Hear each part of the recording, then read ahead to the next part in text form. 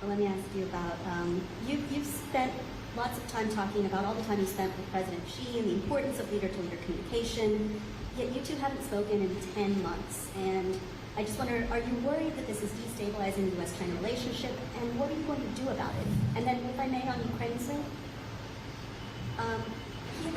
Did you ever think it'd be silly? G20 didn't name Russia as the aggressor. Have you managed to rally more support or sympathy across the G20? Not a joke. Did you ever think about about it? Issue with Global South, And does that there's change my your commitment? my brother loves having these famous lines from movies that he always quotes. You know, and one of them is there's a movie about John Wayne. He's an Indian scout, and they're trying to get I think it was the Apache, one of the great tribes of America, back on the reservation, and he's standing with the Union. So they're all armed, they're on their horses in their saddles, and there's 3 or 4 Indians in headdresses, and the Union soldiers.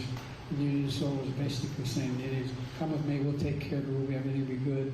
And the Indian looks at John Wayne and points to the Union soldier and says, he's a lion, dog-faced pony soldier. Well, there's a lot of lion, dog-faced pony soldiers out there about global warming. But not anymore. All of a sudden, we're realizing it's a problem. And there's nothing like seeing the light. Let's see. I'm just following my orders here.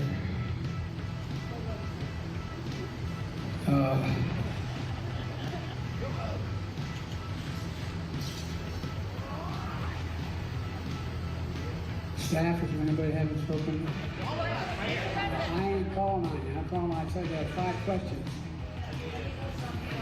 I need it. BOA.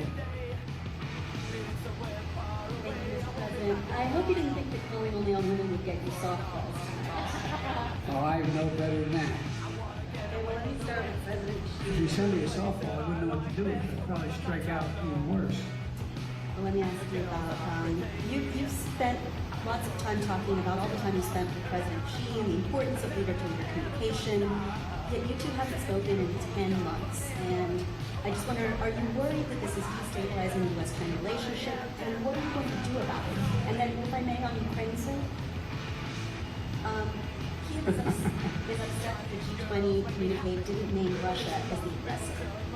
Have you managed to rally more support or sympathy across the G20, or is this emerging as a wedge issue with Global South, and does that change your commitment to Ukraine? It's not a wedge issue with Global South, it's a wedge issue with Russia, it's not against China, which is present, which has representation. And and by the way, I am, my team, my staff still meets with President Xi's people in his cabinet in effect. I met with his number 2 person here in India today. So it's not like there's a crisis if I don't personally speak to him. It'd be better if I did. But I think, look, this is not a criticism, it's an observation. He has his hands full right now. He has overwhelming unemployment with his youth. One of the major economic tenets of his plan isn't working at all right now. I'm not happy for him with that, but it's not working. So he's trying to figure out, I suspect, I don't know, just like I would, trying to figure out what to do about the particular crisis they're having now. But I don't think it's a crisis relating to conflict between China and the United States. As a matter of fact, I think it's less likely to cause that kind of conflict. Anyway, I just think that there are other things on leaders' minds, and they respond to what's needed at the time. And look, nobody likes having celebrated international meetings if you don't know what you want at the meeting. If you don't have a game plan. You may have a game plan. He just hasn't shared it with me. But I tell you what, I don't know about you, but I'm going to go to bed. What did you talk about, Mr. Lee? You said you spoke to the number 2 from China who was in India today? Yeah, what did you talk about?